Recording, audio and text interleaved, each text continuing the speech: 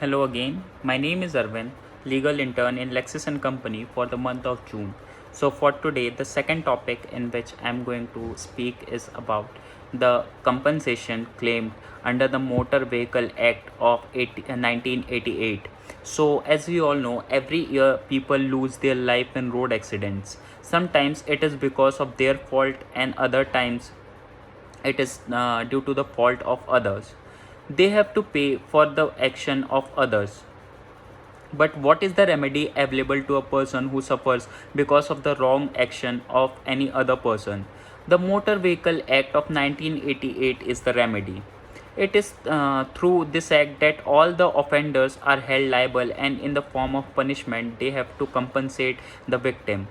The act aims to preventing motor vehicle accidents, and if in case it happens, it ensures that the victim gets justice and the person who caused the accident get punished.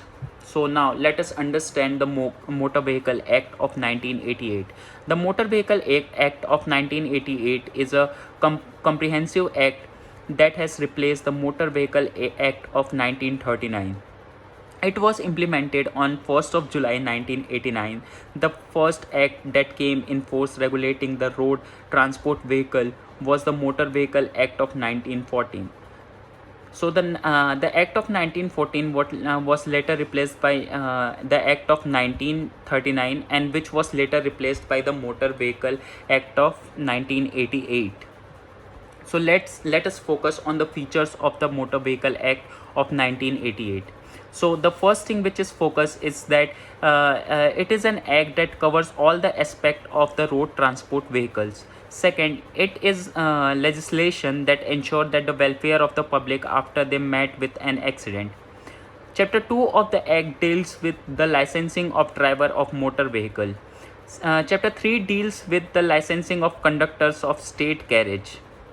So there are various provisions that are given in the act to provide how and who can travel in the roads and who has the permission and given license to drive in the roads.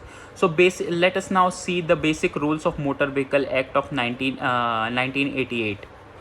According to Section 3 of the Act, no person can drive a vehicle without any authorized driving license and without any driving license authorizing a person to drive transport. He cannot drive such a vehicle. Section 4 of the Act state that unless a person attains the age of majority, he cannot drive any vehicle. So the act was basically came because, as we all know, that every teenager wants to, before attaining the age of 18, wants to drive or ride any vehicle, and due to the lack of due to negligence from their parents and lack of knowledge driving any vehicle, they causes road accident. So this act was basically came into force to so that this kind of things could be regulated, and the offender of such in accidents must be punished under this act. So now let us see the Motor Accident Claim Tribunal. Let us focus what actually is Motor Accident Claim Tribunal, which was mentioned in the Act. Motor Accident Claim Tribunal is a tribunal established for the cases falling under the Motor Vehicle Act of 1988. This tribunal was first came in this Act. The main purpose of the claims tribunal is to ensure speedy trial and cases and the justice is being delivered.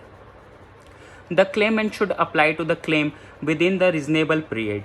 According to Section 133 of the Act, the appeals against the claim tribunal will lie before the High Courts. The appeal will have to file within 90 days from the date of decision. If in case the claimant is late to file the appeal, then he has to give reasonable reason for such delay, and it is the court who decide that what are the reasonable ground for the delay. If satisfied, the court will then admit the appeal. In case the amount of the dispute in appeal is less than rupees 10,000, then it shall not be entertained. So the motor accident claim tribunal deals with the cases that involve loss of life, property, or in case of injury, the claims can be filed in the appropriate claim tribunals.